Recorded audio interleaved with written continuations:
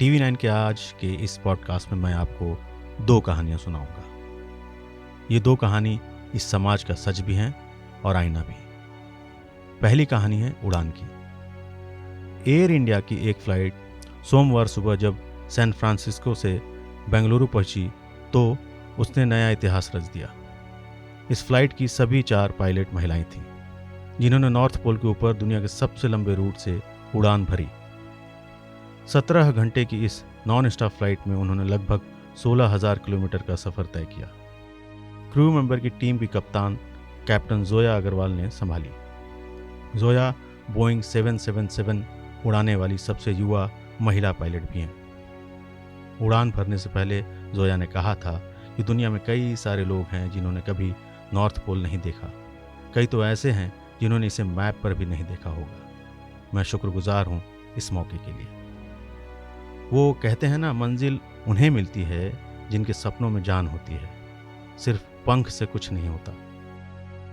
भारत की बेटियों ने इस उड़ान के साथ दुनिया में इतिहास रच दिया। अब आते हैं दूसरी कहानी पर। यह कहानी है हैवानियत की, दरिंदगी की। मध्य प्रदेश के सीधी में एक विधवा महिला के साथ 4 आरोपियों ने गैंगरेप किया और फिर हैवानियत की सारी सीमाएं लांघते हुए उनके प्राइवेट पार्ट में लोहे की सरिया डाल दिया। महिला की हालत बेहद नाजुक है और रीवा के अस्पताल में उनका इलाज चल रहा है। इस महिला के पति की 4 महीने पहले ही निधन हुआ था। अपने 2 बच्चों के साथ वो एक झोपड़ी में रहती है, जहां वो एक छोटी सी दुकान भी चलाती है। पुलिस के मुताबिक शनिवार देर रात ये चारों आरोपी उसके घर आए और पानी मांगा। महिला ने जब पानी देने से इनकार कर दिया तो इन चारों ने उसका रेप किया। पुलिस ने फिलहाल इस मामले में चारों आरोपियों को गिरफ्तार कर लिया है। इस घटना की तुलना निर्भया मामले से की जा रही है। आप सोच रहे होंगे कि मैंने आपको ये दोनों कहानियां एक साथ क्यों सुनाई। कैसी विडंबना है ये, जहां एक तरफ इस मुल्क की बेटियां आसमान को छू रही हैं, वहीं दूसरी तरफ ये कैसा समाज है जो हम अपनी बहन बेटियों को दे रहे हैं। कभी हाथरस, कभी चतरा, कभी बदायूं, कभी सीधी। अभी हाल में ही उत्तर प्रदेश के बदायूं में एक 50 साल की महिला के साथ गैंगरेप कर उसके प्राइवेट पार्ट में रॉड जैसी चीज डालने की कोशिश की गई थी। इस मामले के 3 आरोपियों में एक मंदिर का पुजारी भी था। ये महिला मंदिर में पूजा करने गई थी और मंदिर परिसर में ही इस घटना को अंजाम दे दिया गया। इस घटना की तुलना भी निर्भया से की गई। लेकिन दरिंदगी की इस तुलना के अलावा इन सालों में और क्या बदला है।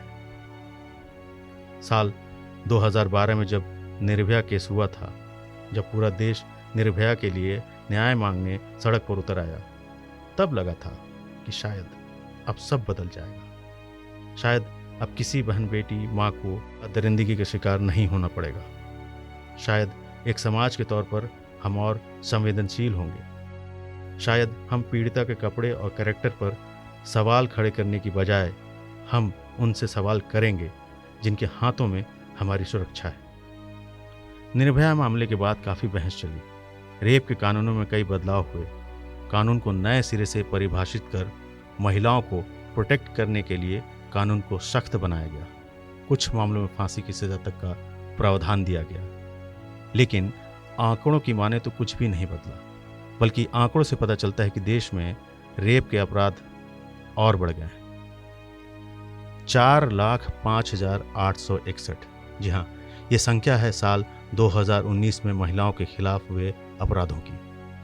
नेशनल क्राइम रिकॉर्ड ब्यूरो के मुताबिक देश में हर दिन औसतन 87 रेप के मामले दर्ज किए गए।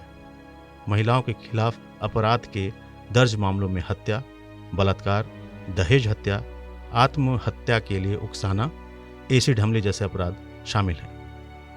खैर, ये वो आंकड़े हैं जो सरकारी पन्नों में दर्ज हैं।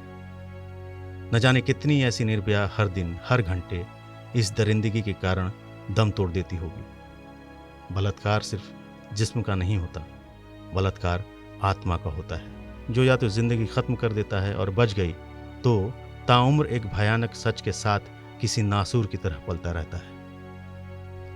आपको कैसा लगा हमारा ये पॉडकास्ट? हमें कमेंट बॉक्स में ज़रूर बताएं। जल्द मिलेंगे एक नई खबर के साथ। नमस्कार।